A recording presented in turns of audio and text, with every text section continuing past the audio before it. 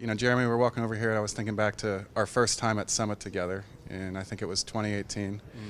And you and I were presenting about what we envisioned Kubernetes and OpenShift could do for customers.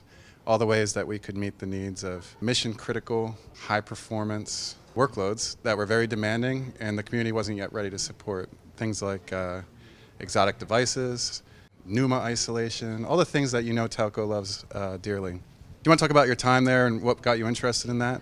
2018 by the time we were able to talk about it, but started quite a few years earlier, and I think we did it the right way.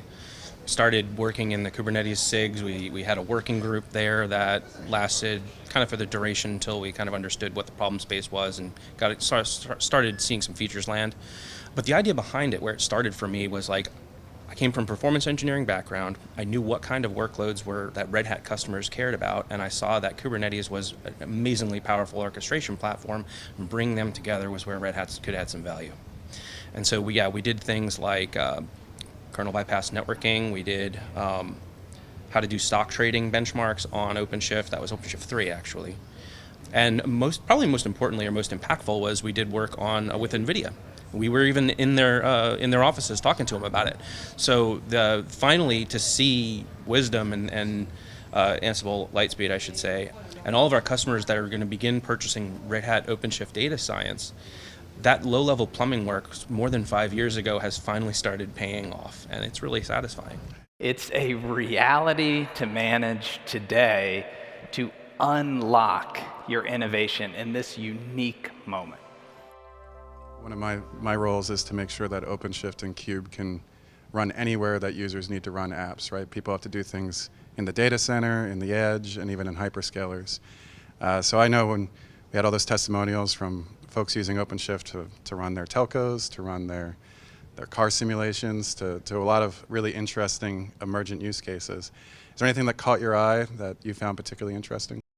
The OpenShift Commons, they bring case study after case study, fantastic examples of how people use OpenShift. One of them that stood out for me as a Carr guy was Sebastian from Audi said that managing control planes doesn't make cars faster. I loved that quote because it means to me that he and his team are now able to focus on what makes cars faster.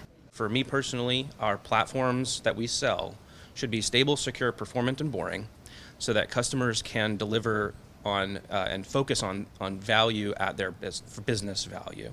So we should be kind of a dial tone kind of a service. And seeing other folks, not only at Red Hat, but customers begin to depend on those things means that we're doing at least something right. And building on top of the great work that the OpenShift engineering team has done allows us to offer these things at competitive SLAs with a fantastic SRE team behind us. Yeah, it's really cool. I know one of the things I'm excited about, and I got to probably run off here soon, is to talk to all the customers about the way they're using the things that we put in motion 3-5 years ago.